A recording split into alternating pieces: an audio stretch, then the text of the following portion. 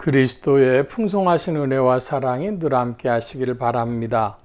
오늘 이 아침에는 고린도전서 제10장 1절로 13절까지의 말씀, 생명의 삶 큐티 5월 29일자 말씀입니다. 10장 1절입니다. 형제들아, 나는 너희가 알지 못하기를 원하지 아니하노니 우리 조상들이 다 구름 아래 있고 바다 가운데로 지나며 모세에게 속하여 다 구름과 바다에서 세례를 받고 다 같은 신령한 음식을 먹으며 다 같은 신령한 음료를 마셨으니 이는 그들을 따르는 신령한 반석으로부터 마셨음에 그 반석은 곧 그리스도시라. 4절까지의 말씀에 보면은 사도 바울이 구약 성경을 예컨대는 출애굽기 같은 곳을 읽을 때 역사적 사실로만 읽는 것이 아니고 동시에 그것을 예표적으로 상징적으로 이해하고 있다. 물을 내는 반석이라는 것은 예수 그리스도를 말씀하시는 것이로구나. 이런 식으로 성경을 보고 있는 것을 알 수 있습니다. 성경 전체를 다 그렇게 볼 수 있는 것은 아니지만 어떤 것은 역사적 사실로, 어떤 것은 비유적으로 이렇게 우리가 국어 시간에 문학 작품을 이해할 때 이것은 무엇을 비유하는 것이냐 이렇게 질문했던 것처럼 그런 부분이 있다고 하는 것을 우리가 인지를 해야 할 것입니다. 계속해서 5절 이하의 말씀 봅니다. 그러나 그들의 다수를 하나님이 기뻐하지 아니하셨으므로 그들이 광야에서 멸망을 받았느니라. 이러한 일은 우리의 본보기가 되어 우리로 하여금 그들이 악을 즐겨한 것 같이 즐겨하는 자가 되지 않게 하려 함이니, 여기 5절 말씀에 보면은 그 출애굽기에 있었던 일이 우리의 본보기라고 하였습니다. 우리의 본보기. 그게 무엇이냐? 그때에 하나님과 이스라엘 백성들 사이에 있었던 일이 우리에게 교훈이 되고 하나님의 다루심이라고 하는 것을 잊지 말아야 한다 하는 것입니다. 7절 이하의 말씀 봅니다. 그들 가운데 어떤 사람들과 같이 우리는 우상 숭배하는 자가 되지 말라. 기록된 바 백성이 앉아서 먹고 마시며 일어나서 뛰논다 함과 같으니라. 우상 숭배하는 자 되지 마라 그랬는데, 여기에 우상 숭배 방식을 뭐라고 얘기했냐면 앉아서 먹고 마시며 일어나 뛰논다 그랬습니다. 이것은 잔치한 것입니다. 이스라엘 백성들이 그 신앙의 이름으로 잔치를 했는데요. 그 모세가 십계명을 받으러 올라갔을 때에도 그 산 아래에서는 그들이 종교적인 모임을 하고 있었습니다. 그래서 자신들의 신앙을 표현하는 것 같았지만은 그들이 먹고 마시고 하는 것은 그 즐거움 가운데 뛰는 것인데, 예컨대 우리 성도님들은 그런 생각을 해보셨는지 안 해보셨는지 모르겠습니다. 예배라는 이름으로 콘서트를 하는 겁니다. 찬양이라고 하는 거. 그때 매우 흥분돼 가지고 사람들이 눈물도 흘리고 감격을 받죠. 감동을 하죠. 여러분, 그때에 그것이 바른 신앙이 아니라면 우상 숭배와 같습니다. 예를 들면 부흥회를 옛날에는 많이 했는데 그 결과들이 그렇게 좋지 않았어요. 왜냐하면 부흥사들이 결국은 그렇게 좋은 신앙인들이 아니었고, 그랬기 때문에 결론적으로 부흥회를 통해서 얻은 신앙이 그렇게 유익한 신앙들이 아니었다는 겁니다. 다 그런 것은 아닙니다. 매우 성경적인 부흥사들도 있었지만 주로 무슨 후일담을 남기고 스캔들이 일어나고 그런 일들이 많았다는 것이죠. 그것이 흥분된 상태였기 때문에 그렇습니다. 계속해서 말씀 봅니다. 그들 중에 어떤 사람들이 음행하다가 하루에 2만 3천 명이 죽었나니 우리는 그들과 같이 음행하지 말자.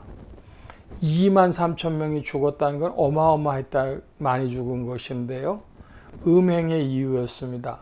인류 역사를 보면 이 성적인 문제, 이 음행 문제, 이것은 육체를 가지고 있는 인간에게 속한 본질적 문제가 되죠.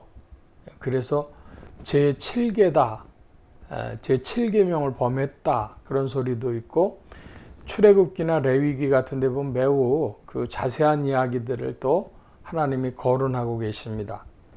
그래서 음행하지 말자, 이렇게 사도가 지금 권면하고 있습니다. 그들 가운데 어떤 사람들이 주를 시험하다가 뱀에게 멸망하였나니 우리는 그들과 같이 시험하지 말자 그랬습니다. 자, 또 말씀을 보면 그들 가운데 어떤 사람들이 원망하다가 멸망시키는 자에게 멸망하였나니 너희는 그들과 같이 원망하지 말자.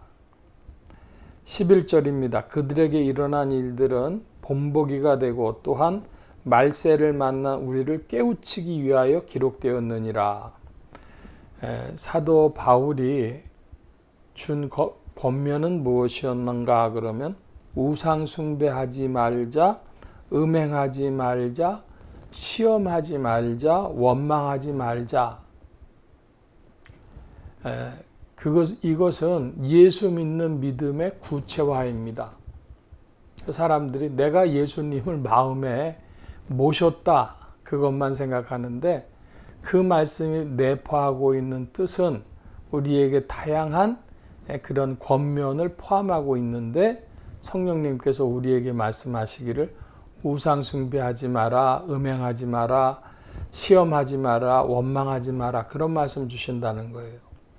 그럼 사람들이 이것을 율법으로 들을 가능성이 큽니다. 그 구약에 그건 율법적인 얘기지 왜 그렇게 자유한 복음에 그런 얘기를 하느냐 할 텐데 11절에 보니까 이런 일은 본보기가 되고 또한 말세를 만난 우리를 깨우치기 위하여 기록되었느니라.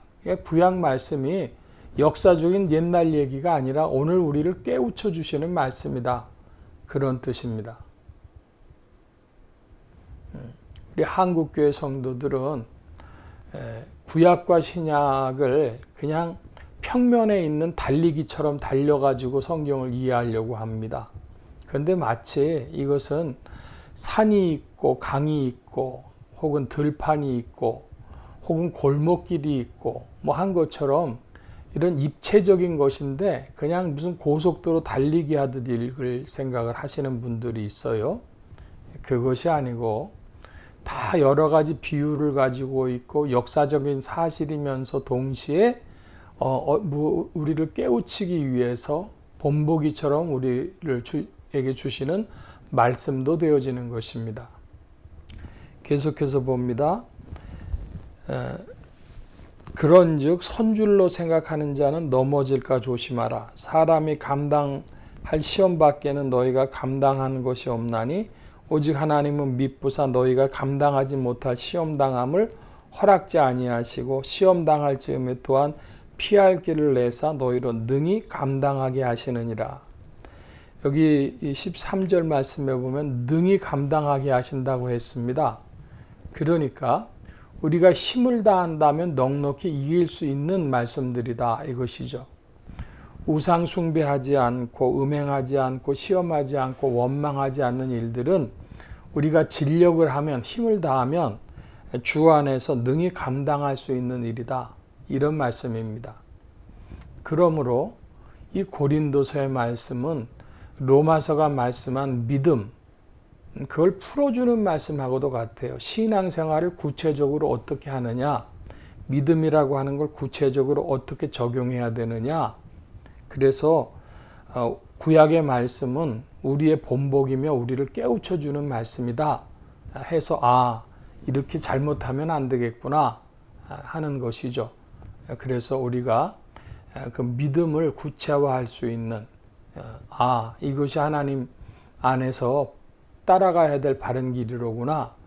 우리가 또 넘어지면 어떻게 됩니까? 넘어질 때는 주님께서 우리에게 힘을 주시고 일으켜 주시는데 교만할 때는 우리를 어떻게 하시죠?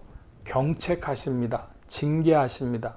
그러므로 선줄로 생각하는 자는 넘어질까 조심해야 하는 것입니다.